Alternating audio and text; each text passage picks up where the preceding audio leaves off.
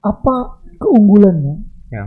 dan apa kerugiannya secara point to point saja, sehingga orang bisa punya gambaran umum. Oh, ternyata kalau ada ini yang saya dapat. Oke. Saya udah sampaikan tadi keunggulannya, bahwasanya yang jelas akan terjadi adalah listrik murah dan Satu, bersih. listrik murah bersih. Yes. Dengan listrik murah bersih, industri Artinya masyarakat bisa menikmati semua. Maka bisa menikmati semua. Dengan listrik murah dan bersih, maka industri akan bangkit, akan ada industri, PDB per kapita akan meningkat. Oke, satu. Ya, itu akan adalah kesejahteraan. Yang berikutnya adalah tentunya akan terbuka lapangan pekerjaan dengan teknologi tinggi, yaitu nuklir itu sendiri. Pasti menyerap tenaga kerja. Akan menyerap tenaga kerja, di mana juga akan memboost capacity building, kompetensi daripada Bangka Belitung itu sendiri, gitu ya. Jadi tiba-tiba artinya dari yang tadinya kompetensinya di level ini jadi level tinggi sekali gitu ya. Itu luar biasa ya. Dan menjadi center of gravity, pusat perhatian dunia akhirnya, karena itu kan diperhatikan dunia. Pariwisata dan lain-lain, entertainment dan lain-lain akan hidup dari industri ini, industri nuklir, yang mana hampir semua pekerjanya nanti yang akan terlibat akan memiliki penghasilan tertinggi di Indonesia udah pasti. Kenapa? Karena memiliki resiko. Resiko dan penghasilan itu kan berbanding lurus ya. Tambah tinggi resiko, maka tambah tinggi juga penghasilannya. Nah, tentunya tidak ada teknologi atau industri yang tanpa resiko. Sebagaimana tadi saya udah akui, nuklir itu memiliki resiko yang tinggi.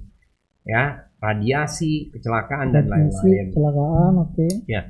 Tapi hampir semua industri akan memiliki resiko kan, nggak ada industri tanpa resiko, ya kan? Resiko itu bisa dimitigasi, ya kan? Kita sudah punya badan pengawas tenaga nuklir yang akan mengawasi operasi ketenaga nukliran, begitu juga dunia pasti akan mengawasi.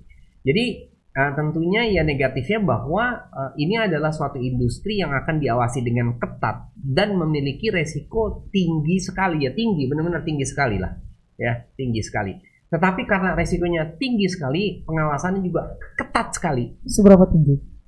Tinggi sekali itu apa batasannya? Menurut saya ya tinggi sekali.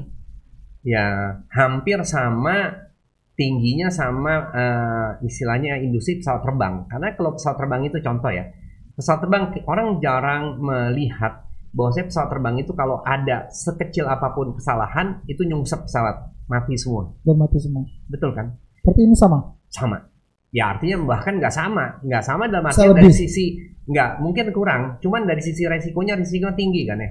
Pesawat terbang itu resikonya tinggi, tapi kita sudah menerima itu sebagai kewajaran.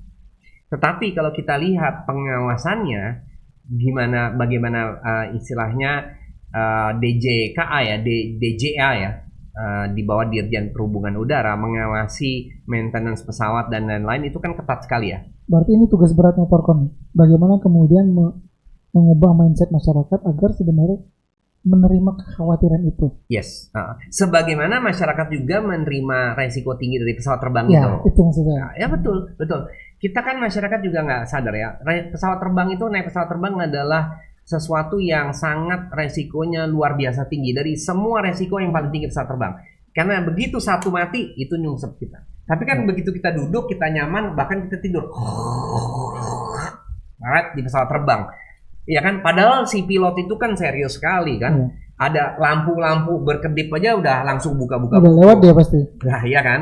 Ya. Nah, tapi karena industri airline itu udah lama sekali, ya, dan sudah memahami sehingga masyarakat itu teredukasi.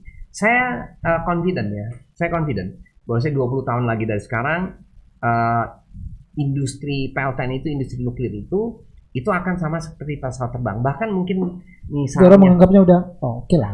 Gitu aja paling biasa. Ya. Oh, ada ini, ya.